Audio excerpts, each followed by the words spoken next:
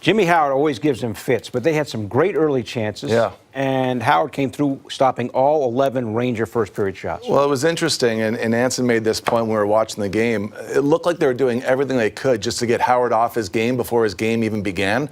They were putting the empty nets. Kreider put a puck in the empty net. They were driving in front of his crease, and you can see there was some, posturing back and forth. And there was definitely things said, but it really didn't change anything. Howard still got off to a great start in this hockey game, and he was making save after save, and it was one of those things that just didn't get started, it seemed, for the Rangers early enough. And they weren't able to get to him early, but it wasn't for good effort. And it was a lot of chances from the slot area. It was a lot of opportunities where they were buzzing, right, just like a hornet's nest, really, coming in for rebounds. That one there from Kreider, I thought, would have gone on any other night.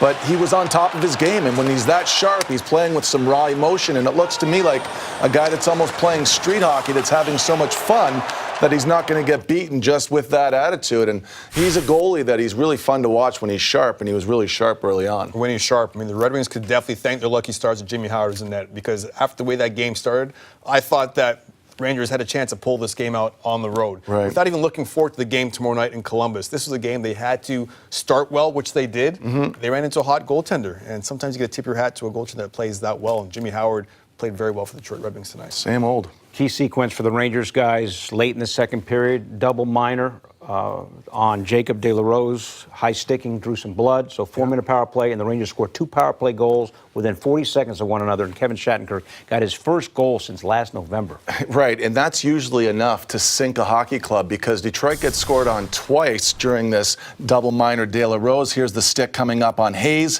Hayes is cut on his nose. That's a 4-minute penalty. And on the first power play, which is obviously together, but this one now is broken because of Shattenkirk's brilliance. It's a fantastic shot with Vesey in front. There's a lot of pressure there on the goalie to try and see around Vesey's shoulder.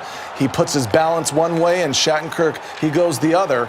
He's got a terrific shot, and we're seeing it so often, too, how these guys are just getting it through. I've said this a lot recently. It's almost like the death of the slap shot. We're seeing so many snapshots and wrist shots with accuracy. But as the Rangers set this up on the wall, you can see what the play is. Hayes wants to get it to the point so the puck can come across from D'Angelo to Shattenkirk. That's the option they're looking for, the same way they look for it when it's Zibanejad. Now, watch what Howard does here. He's leaning over his side here. He's off to the right. He loses it to his left as he's switching shoulders over Vesey. And that goal doesn't go in at all without Vesey's presence. And it's interesting, too, because the sequence just prior to that, Vesey was there and he got out of the way early. And we were both saying, well, you got to be there if that's going to be something of quality. And then Vesey did correct himself. He got himself in front of Howard, and he was able to screen him well. And then Anson, just 40 seconds later, second 2 minutes of the power play. Neil Pionk now with the goal. That makes games 3 straight in which he's scored a goal. It's like smelling blood in the water. It Yeah. really does. When you score on a 4-minute power play and your team scores that first opportunity and you get another chance to score or to get on the ice one more time, you want to score again, especially late in the period. And tremendous puck control, because the Rangers go low to high, and that shifts the box coming up down or coming up top because everyone's down low. But the play there is by Neil Pionk.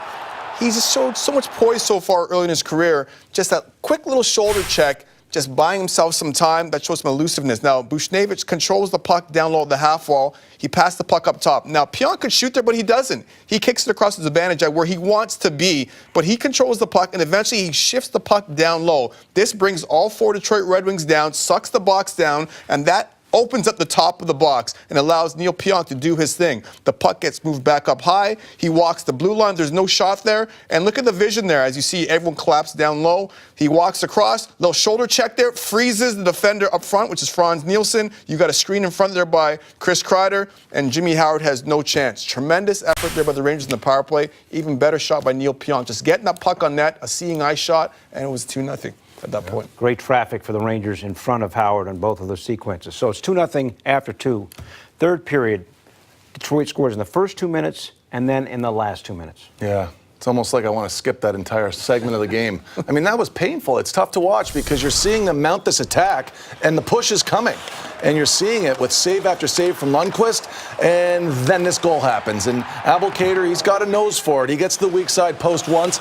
And look, for Smith, he's got to move that quickly. He's at his best when he is one touch off the tape and out of his zone. He holds on to it too long there, and he gets his pocket picked. And from there, forward, it was all Detroit, and they came until Athanasiou gets the second here.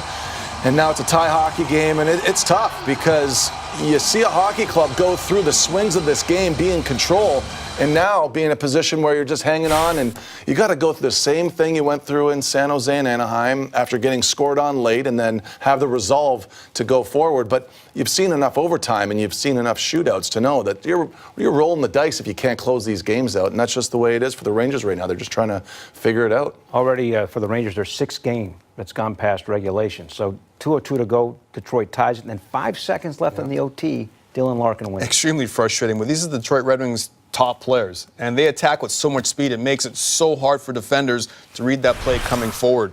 And when you've got Larkin attacking, you've got Green attacking, you're back on your heels. But the Rangers have to understand in this position, pick up your man. You need better communication. There's Kevin Shattenkirk saying, that's my guy. But Mika Zibanejad has to read off the far side, but Shattenkirk can't allow that pass to go through. You got to tip your hat, though, to Athanasiou making that backhand pass on the tape.